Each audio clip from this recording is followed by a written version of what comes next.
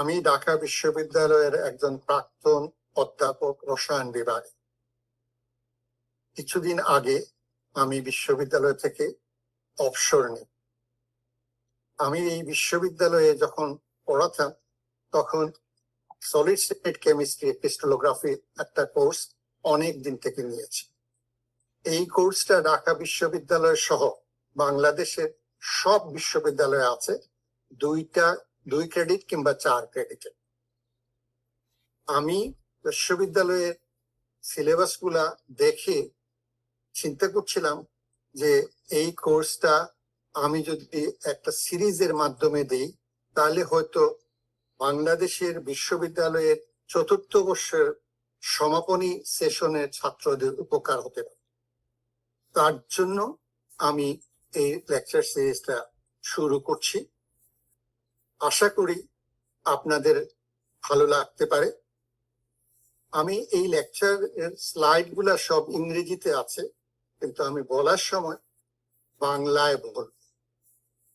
আমার পরের স্লাইডটা এই যে কথাগুলো আমি এখন বলেছি সেই কথাগুলো এই স্লাইডে আছে। এর পরের স্লাইড আমি একটা বিশ্ববিদ্যালয়ের সিলেবাসটা নিয়েছি এবং সিলেবাসে কতটা চ্যাপ্টার আছে সেটা আপনাদের সাথে শেয়ার করছি। সলিডস প্রথম চ্যাপ্টার, দ্বিতীয় chapter crystal lattice, crystal symmetry, এর আবার সাবসেকশন গুলো আছে। তারপরের চ্যাপ্টার এলিমেন্টারি ক্রিস্টাল অপটিক্স, তারপরের chapter X-ray diffraction by crystals, এবং তারপরের চ্যাপ্টার পাউডার ডিফ্রাকশন টেকনিক, তারপরের চ্যাপ্টার সিঙ্গেল ক্রিস্টাল এবং ডাটা কালেকশন, তারপরের চ্যাপ্টার স্ট্রাকচার অফ সলিডস। এইটা একটা 2 ক্রেডিটের কোর্স, যেটা 45টা লেকচার দেওয়া হয় সাধারণত ইউনিভার্সিটি লেভেলে, প্রতিটা লেকচার 50 মিনিটের। আমি এখন এই স্লাইডটাতে আমি সলিড যে অন্য স্টেটস অফ ম্যাটারের আমরা জানি 3টা স্টেট অফ ম্যাটার আছে, সলিড এই 3টা স্টেট অফ ম্যাটারের একটা। আমি এই স্লাইডটা দিয়ে আপনাদেরকে দেখাতে চাচ্ছি এনার্জি সিস্টেম এবং সলিডটা কিভাবে করি আমরা। যেমন আমি যদি সলিড মেল্ট করি তাহলে এটা লিকুইড হয়, আমি যদি লিকুইডকে ভেপারাইজ করি তাহলে এটা গ্যাস হয়। তো এই আবার যদি আমি গ্যাসটাকে কনডেন্স করি তাহলে এটা ফ্রিজিং হয়ে সলিড হয়। তো আমি এইখানে লাল যেটা আছে দেখবেন যে এটা এন্ডোথার্মিক প্রসেস, আর গ্রিনিশ যেটা আছে এটা এক্সোথার্মিক প্রসেস। এরপরেই আমরা সলিডের একটু ডেফিনেশন দিতে চাই। আমরা যদি সলিডকে 2 ভাগে ভাগ করি, কমপ্লিটলি 2 ভাগে ভাগ করি, মেজর ভাগ যেটাকে বলবো, এটা একটা আপনারা জানেন অ্যামরফাস সলিড আর একটা ক্রিস্টালাইন সলিড। আমি এই স্লাইডটাতে দেখাতে চাই যে ক্রিস্টালাইন সলিড বলতে কি বোঝাচ্ছি, অ্যামরফাস সলিড বলতে আমরা কি বোঝাচ্ছি, এবং এই যেমন 3 ডাইমেনশনাল অর্ডারিং যদি থাকে সলিডের কনস্টিটিউয়েন্টস গুলা, যেমন কনস্টিটিউয়েন্ট বলতে আমরা বুঝি মলিকুল, আয়ন, তারপরে অ্যাটম। যদি 3 ডাইমেনশনাল অর্ডারিং থাকে তো এটাকে আমরা ক্রিস্টালাইন বলি, সলিড বলি। আবার 2 ডাইমেনশনাল কিংবা 1 ডাইমেনশনাল হলে পরে এটাকে লিকুইড ক্রিস্টালাইন বলি কিংবা মেসোফেজ বলি। আর যেখানে কোনো ধরনের অর্ডারিং নাই সেটাকে আমরা অ্যামরফাস ফেজেস বলি। আচ্ছা, এখন এইখানে আমি সলিডের কিছু প্রপার্টিজ, সবগুলা প্রপার্টিজ তো নেওয়া যাবে না, প্রপার্টিজ গুলা আপনাদের সামনে ডিসক্রাইব করছি। যেমন সলিড এত শক্ত হতে পারে যে ডায়মন্ডের মতো, আবার এতই নরম হতে পারে যে ওয়াক্স। কিছু সলিড আপনারা জানেন যে ইলেকট্রিসিটি কন্ডাক্ট করে, কিছু সেমিকন্ডাক্টর, আবার কিছু নন কন্ডাক্টর। সলিডকে আমরা ম্যানিপুলেট করতে পারি, মানে আমরা আমাদের মতো করে করতে পারি, কিন্তু কিছু কিছু সলিড আছে আমরা যদি আমাদের মতো শেপ করতে চাই তাহলে হয়তো এটা ভেঙে পড়ে যেতে পারে। এই ধরনের সলিড ফিজিক্যাল প্রপার্টিসটা আপনারা জানেন, যেহেতু সলিড বিভিন্ন টাইপের বন্ড আছে তার জন্য ফিজিক্যাল প্রপার্টিস বিভিন্ন ধরনের হয়ে থাকে। মেটালিক সলিড আছে যেটা এই আমরা পিরিয়ডিক টেবিলে যে মেটাল গুলো আছে সেইগুলার সলিড যখন দেখি মেটালিক সলিড বলি, এবং এইটার বন্ডিং, অ্যাটম গুলার বন্ডিংটা সি অফ ইলেকট্রন থাকে, যার জন্য এই মেটালটা ইলেকট্রিসিটি কন্ডাক্ট করতে পারে। আচ্ছা, আয়নিক সলিড আপনারা জানেন যে ক্যাটায়ন এনায়নের মধ্যে মিউচুয়াল অ্যাট্রাকশনের ফলে আয়নিক সলিড হয়, তাদের প্রপার্টিসটা অন্য সলিড থেকে ডিফারেন্ট। এইরকম কোভ্যালেন্ট নেটওয়ার্ক সলিড আছে, মলিকুলার সলিড আছে, এবং আরো কিছু সলিড আছে এছাড়াও, যেটাকে আমরা পলিমার্স কিংবা ন্যানোমেটেরিয়ালস বলি। পলিমার সলিড কি, ন্যানোমেটেরিয়াল সলিড কি, এইটাও এখানে জাস্ট ডেফিনেশন দিয়ে রাখছে, পরে আমরা এইগুলাকে আরো ভালোভাবে আলোচনা করব। আচ্ছা, তারপরের কাজটা হলো যে সলিডকে যখন আমরা ক্যারেক্টারাইজ করি, অনেক ধরনের টেকনিক ব্যবহার করি, অনেক ধরনের টেকনিক ব্যবহার করি।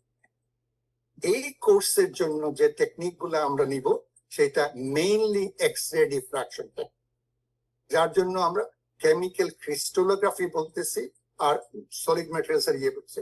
কিন্তু এক্স-রে ডিফ্রাকশন ছাড়াও আরো ডিফ্রাকশন টেকনিক আছে যেগুলা দিয়ে সলিড বেশি করে আরো ডিটেলস ক্যারেক্টারাইজ করা যায়। আমি এখানে সলিডের বিভিন্ন ক্যারেক্টারের কথা লিখছি, আর কোন টেকনিক দিয়ে কোনটাকে ভালোভাবে ক্যারেক্টারাইজ করা যায় সেইটা দেখাচ্ছি আপনাদেরকে। ইলেকট্রন ডিফ্রাকশন এবং মাইক্রোস্কোপি দিয়ে ক্যারেক্টারাইজেশন করা যায় এই যে বিভিন্ন টাইপের, যেমন ফেজ আইডেন্টিফিকেশন, অ্যামরফাস না ক্রিস্টালাইন, এইসব নিউট্রন ডিফ্রাকশন দিয়ে করা যায়। এই তো গেল এক্স-রে, ইলেকট্রন নিউট্রন ডিফ্রাকশনের ব্যাপার। তারপরে স্পেকট্রোস্কোপি, বিভিন্ন ধরনের স্পেকট্রোস্কোপি দিয়ে সলিড ক্যারেক্টারাইজ করা যায়। সেই বিভিন্ন ধরনের স্পেকট্রোস্কোপির কথা এইখানে মেনশন করা আছে। তো আমরা আমাদের কোর্সটাতে যেটা করব, আমি এক্স-রে ডিফ্রাকশন থেকে প্রাধান্য দিব, দিয়ে আমরা সলিড মেটেরিয়াল ক্যারেক্টারাইজেশনের কথা চিন্তা ভাবনা করব, এবং সিলেবাস অনুযায়ী শুধু এক্স-রে ডিফ্রাকশনের কথা মেনশন করা আছে। আচ্ছা, এইখানে একটা স্লাইড দেখেন, কত সুন্দর করে আমরা দেখাতে পারি কিভাবে অ্যামরফাস একটা এক্স-রে ডিফ্রাকশন প্যাটার্ন হয় আর ক্রিস্টালাইন সলিডটা কিভাবে প্যাটার্ন দেয়। এই জাস্ট এই ডিফ্রাকশন টেকনিক থেকে আমরা ইমিডিয়েটলি কনক্লুড করতে পারবো যে আমাদের সলিডটা অ্যামরফাস না ক্রিস্টালাইন।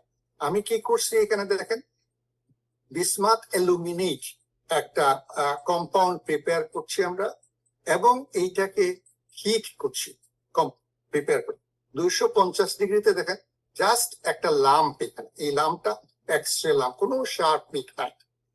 যেসব সলিডে এইরকম শার্প পিক পাবো না, এরকম লাম্প পাবো, এগুলা সব হলো অ্যামরফাস সলিড। আর যেই মুহূর্তে এইরকম আস্তে আস্তে টেম্পারেচার সাথে সাথে দেখেন কিভাবে শার্প লাইন গুলো আসতেছে, যেই মুহূর্তে এই যে 800 ডিগ্রিতে গিয়ে হাইলি ক্রিস্টালাইন সলিড দেখাচ্ছে। আমরা 500 থেকে আরম্ভ করে ক্রিস্টালাইন হতে আরম্ভ করেছে, তারপরে 700 800 তে হাইলি ক্রিস্টালাইন সলিড। তো আমার কথা হলো যে সলিডকে আমরা যদি ক্যারেক্টারাইজ করি এবং এক্স-রে পাউডার ডিফ্রাকশন দিয়ে ক্যারেক্টারাইজ করি, তাহলে ইমিডিয়েটলি ব্রড যে দুই টাইপ আছে, সেই ব্রড দুই টাইপকে আমরা আইডেন্টিফাই করে ফেলতে পারবো। আচ্ছা, এরপরে আরেকটা জিনিস দেখেন, এইখানে আমি দেখাচ্ছি প্রত্যেকটা সলিডের, ক্রিস্টালাইন সলিডের এক্স-রে পাউডার প্যাটার্নটা ডিফারেন্ট, যার জন্য বলা হয় সলিডের এক্স-রে পাউডার প্যাটার্নটা এটা ফিঙ্গারপ্রিন্টস। মানুষের যেরকম প্রতি মানুষের ফিঙ্গারপ্রিন্ট আলাদা, এরকম প্রতিটা ক্রিস্টালাইন সলিডের এক্স-রে পাউডার ডিফ্রাকশনটা আলাদা। আলাদা বলতে আমি বোঝাচ্ছি যে এইখানে এই যে 2 থিটাতে পিক গুলা, এই পিক গুলা, এগুলো দেখবেন আলাদা। এমনকি সেম টাইপের যেমন আমি ধরে নিলাম সোডিয়াম ক্লোরাইড, পটাশিয়াম ক্লোরাইড, তারা কিন্তু ক্রিস্টাল স্ট্রাকচার তাদের এক, কিন্তু আমরা যদি পাউডার প্যাটার্ন নেই তখন দেখবো পাউডার প্যাটার্নটা শেপ ইয়েটা মেইনটা একই আছে, কিন্তু 2 থিটা কিংবা ইন্টেন্সিটি ডিফারেন্ট হয়ে গেছে। কি কারণে? যে একটাতে সোডিয়াম অ্যাটম আছে আর একটাতে পটাশিয়াম অ্যাটম আছে, ওদের স্ক্যাটারিং ফ্যাক্টরটা ডিফারেন্ট, যার জন্য এরকম ডিফারেন্ট হচ্ছে। তো এইটা একটা বড় জিনিস আমাদের মনে রাখতে হবে যে ফিঙ্গারপ্রিন্টস সলিড ক্রিস্টালাইন সলিডের এক্স-রে প্যাটার্নটা হলো তার ফিঙ্গারপ্রিন্ট, মানে প্রত্যেকটা ক্রিস্টালাইন সলিড আলাদা আলাদা ভাবে আমাদেরকে এক্স-রে প্যাটার্ন দিবে। আচ্ছা, এরপরে ওই সিলেবাস অনুযায়ী প্রথম চ্যাপ্টারে যেটা ছিল যে আমরা আমাদের ডেফিনেশনটা দিতে হবে আইসোমরফিজম, পলিমরফিজম, এলোট্রপি কি জিনিস। তো আমি প্রথমে এই তিনটা টার্মকে ডিফাইন করে ফেলি, তারপরে একটু আমরা এক্সপ্লেইন করবো সেটা। প্রথম ডেফিনেশন হলো আইসোমরফিজম। যদি দুইটা কেমিক্যাল কম্পাউন্ডের এক স্ট্রাকচার আইডেন্টিক্যাল থাকে, তাহলে ওই দুই কম্পাউন্ড বলবো আইসোমরফাস কম্পাউন্ড। আচ্ছা, এখন পলিমরফিজম। পলিমরফিজম হলো একটা কম্পাউন্ডের স্ট্রাকচার ডিফারেন্ট যদি হয়, সেম কম্পাউন্ড কিন্তু টেম্পারেচার এবং প্রেসারের কারণে তাদের স্ট্রাকচার ডিফারেন্ট হয়ে যাচ্ছে, ওইগুলাকে আমরা বলি পলিমরফাস কম্পাউন্ড। এলোট্রপি হলো একটা এলিমেন্ট, সেম এলিমেন্টের স্ট্রাকচার ডিফারেন্ট, এটাকে আমরা বলবো এলোট্রোপস অফ দ্য এলিমেন্ট। আচ্ছা, এই গেল ডেফিনেশন। এখন আইসোমরফাসটা কি জিনিস একটু বলি, যে মরফোলজিক্যাল শেপটা সেম হবে, তার মানে দেখতে আইডেন্টিক্যাল শেপ হবে। তারপরে এমপিরিক্যাল ফর্মুলাটা অ্যাটমিক রেশিওটা সেম হবে আইসোমরফাস কম্পাউন্ড। আমরা ক্রিস্টালোগ্রাফিতে করি কি, আইসোমরফাস যে কম্পাউন্ড আছে আইডেন্টিক্যাল সিমেট্রি থাকে, এবং ইউনিট সেল ডাইমেনশন কিংবা ফ্র্যাকশনাল কোঅর্ডিনেট যেটা হবে এইটা একটু ডিফার করে। এটা হলো যে আমরা বলতেছি সেম স্ট্রাকচার, কিন্তু ডিফারেন্সটা কোন জায়গায়, তাহলে আইসোমরফাস কম্পাউন্ড ডিফারেন্সটা হলো স্ট্রাকচারের যে ইউনিট সেল আছে যেটা আমরা পড়বো, সেই ইউনিট সেল ডাইমেনশনটা ডিফারেন্ট হবে, কিংবা ফ্র্যাকশনাল কোঅর্ডিনেটস যেটা আছে এইটা ডিফার করবে একটু একটু। মলিকুলার লেভেলে একটু আগে বলছি আমরা দেখতে সেম শেপ হবে। এখন দেখেন কত ধরনের কম্পাউন্ড আইসোমরফাস হয়। ডাবল সল্ট প্রায় আপনারা ইয়ে করবেন, ল্যাবরেটরিতে দেখবেন যে কম্পাউন্ডগুলা প্রিপেয়ার করতেছে অ্যালকালি মেটালের এই ডাবল সল্টটা। তারপরে ডায়াভ্যালেন্ট দিয়ে অনেক মেটাল সল্ট আপনার ল্যাবরেটরিতে প্রিপেয়ার করুন। আপনারা এলাম বানান ল্যাবরেটরি, তো এলামটা আইসোমরফাস কম্পাউন্ড। যেমন এখানে আমরা পটাশিয়াম কিংবা অ্যালুমিনিয়াম চেঞ্জ করলে এই সেম স্ট্রাকচার হবে কিন্তু ডিফারেন্ট।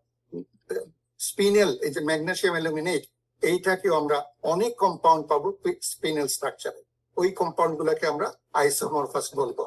কোঅর্ডিনেশন কেমিস্ট্রিতে ভর্তি আছে আইসোমরফাস কম্পাউন্ডের এক্সাম্পল, ভর্তি ভর্তি একটা আছে আইসোমরফাস কম্পাউন্ডের। তার মানে কি দাঁড়ালো, আমরা বলতেছি আইসোমরফিক কম্পাউন্ড ক্রিস্টালাইজ করবে, সেম স্পেস করবে, কিন্তু ইউনিট সেলটা ডিফার হবে তাদের। এবং দেখা যাবে যে আইসোমরফাস কম্পাউন্ডের ডিপেন্ডিং অন কম্পোজিশন যে ইয়ে হয়ে যায়, মানে কালারটাও ডিফারেন্ট হয়ে যায়। যেমন এখানে একটা এক্সাম্পল দেখেন, আমরা আয়রন এসিটাইলো এসিটোনেটো কমপ্লেক্স এবং তার একটা সলিড সলিউশন, এই দেখেন এইটা ডিপ রেড হয়, অ্যালুমিনিয়াম যদি করি এটা কালারলেস হয়, আর এই সলিড সলিউশনটা করি এক্স এর উপর নির্ভর করে ডিপ তাকে পিঙ্ক কালার হয়। এইগুলা সব নির্ভর করবে, এই যে এই সলিড সলিউশনটা বলতেছি, এই সলিড সলিউশনটা নির্ভর করবে ইয়েতে, মানে এক্স এর উপর। আরেকটা জিনিস বলে পড়ি, সলিড সলিউশন বলতে আমরা বোঝাই যে একই ধরনের স্ট্রাকচার কিন্তু কিছু অ্যাটমিক কন্টেন্ট ডিফার করে। তো এর জন্য এই ধরনের সলিড সলিউশন আমরা আইসোমরফাস কম্পাউন্ড হিসেবে ট্রিট করি। তারপরের স্লাইডটাতে যাই আমরা। এই যে পলিমরফিজম বললাম, যে পলিমরফিজম একই কম্পাউন্ড বিভিন্ন স্ট্রাকচারের থাকে, তো আমরা এটা আইডেন্টিফাই করবো কি করে? এইটার জন্য বেস্ট জিনিস হলো এক্স রে ডিফ্রাকশনটা। ওইটা করলেই আমরা পেয়ে যাব এটা পলিমরফস না আইসোমরফাস কম্পাউন্ড।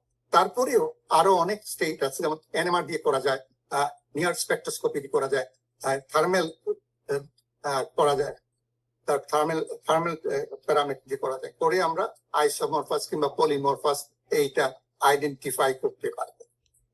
আমরা এইটা বলি যে ইনঅর্গানিক কিংবা অর্গানিক কম্পাউন্ডস এর অনেক পলিমর্ফ থাকে, সবচেয়ে বেশি মিনারেলের মধ্যে পলিমর্ফ থাকে। যেমন ক্যালসাইট একটা মিনারেল, ক্যালসাইট মানে কি calcium carbonate, anhydride calcium carbonate. তো এই ক্যালসাইটটা ট্রিগোনাল স্ট্রাকচার হয়, আবার এইটা যখন অর্থরম্বিক স্ট্রাকচার হয় এটাকে আমরা অ্যারাগোনাইট বলি, এবং এইটা মিনারেল। তো তার মানে হলো কি ক্যালসিয়াম কার্বনেটের পলিমর্ফ মিনারেল পলিমর্ফ পেতে পারে। সিমিলারলি সিলিকা যে আছে, সিলিকন ডাইঅক্সাইড, এইটারও দেখেন বিভিন্ন স্ট্রাকচারে আমরা পেতে পারি, সেম কম্পোজিশন কিন্তু বিভিন্ন স্ট্রাকচার, যেমন টেট্রাগোনাল ক্রিস্টোবেলাইটটা টেট্রাগোনাল স্ট্রাকচার, ট্রাইডিমারটা ট্রাইক্লিনিক স্ট্রাকচার, কোয়ার্টজটা ট্রিগোনাল স্ট্রাকচার। এটা হলো তারপরে খালি তো আমি অর্গানিক কম্পাউন্ড ইনঅর্গানিক কম্পাউন্ডের কথা বলছি। অর্গানিক কম্পাউন্ড এই যে গ্লাইসিন, এইটারও পলিমর্ফস আছে, একটা হেক্সাগোনাল ফর্ম আর একটা মনোক্লিনিক ফর্ম। তা নিশ্চয়ই জিজ্ঞেস করবেন হেক্সাগোনাল ফর্ম আর মনোক্লিনিক ফর্ম মধ্যে ডিফারেন্সটা কি? ডিফারেন্সটা এই যে আমরা পরবর্তী লেকচারে যখনই আমরা ক্রিস্টাল স্ট্রাকচার নিয়ে আলাপ করব, এই ডিফারেন্স গুলো সাথে সাথে চলে আসবে আমাদের। আচ্ছা, আমি পরেরটা দেখালাম যে ওই যে পলিমরফিজম কি হয়, বাইনারি মেটাল অক্সাইডে পলিমরফিজম থাকতে পারে। তারপরে আমরা যেমন এক্সাম্পল আমরা আলফা ফেজ, বিটা ফেজ এইগুলাকে আমরা পলিমর্ফ, বিশেষ করে ফার্মাসিউটিক্যাল কম্পাউন্ডসে প্রচুর পলিমর্ফস আছে এবং সেই পলিমর্ফস এর আবার একটা স্পেশাল আছে, কোনোটা থিওরিটিক্যালি এফেক্টিভনেস আছে আর কোনোটা নাই। সুতরাং আমরা যদি এইটা ভালোভাবে স্টাডি করতে পারি তাহলে ফার্মাসিউটিক্যাল ইন্ডাস্ট্রিতে আমরা কোনটা মেডিসিনাল এফেক্ট আছে আর কোনটা মেডিসিনাল এফেক্ট নাই সেইটাও আমরা ডিটারমিন করতে পারি। আমি পরের এই লেকচারটা আজকে এইটুকু পর্যন্ত। পরবর্তীতে যে লেকচারটা আনবো তখন আমরা দেখবো যে আস্তে আস্তে আমরা এলিমেন্টারি ক্রিস্টালোগ্রাফি নিয়ে আসতেছে। আপনাদের যদি মনে থাকে সেকেন্ড চ্যাপ্টারটা হলো ক্রিস্টাল এন্ড ক্রিস্টালোগ্রাফি, তো ওইটার মধ্যে আমরা এলিমেন্টাল ক্রিস্টালোগ্রাফি নিয়ে আসবো এবং দেখা যাবে যে এই এলিমেন্টাল ক্রিস্টালোগ্রাফি 20 মিনিট করে একটা লেকচার দিলে 3-4টা লেকচারের আগে আমরা শেষ করতে পারছি। আজকের মতো অনেক অনেক ধন্যবাদ। পরবর্তীতে আবার আমরা এই সেকেন্ড লেকচারটা কোনো একদিন সপ্তাহে শুরু করবো। আপনাদেরকে অনেক ধন্যবাদ।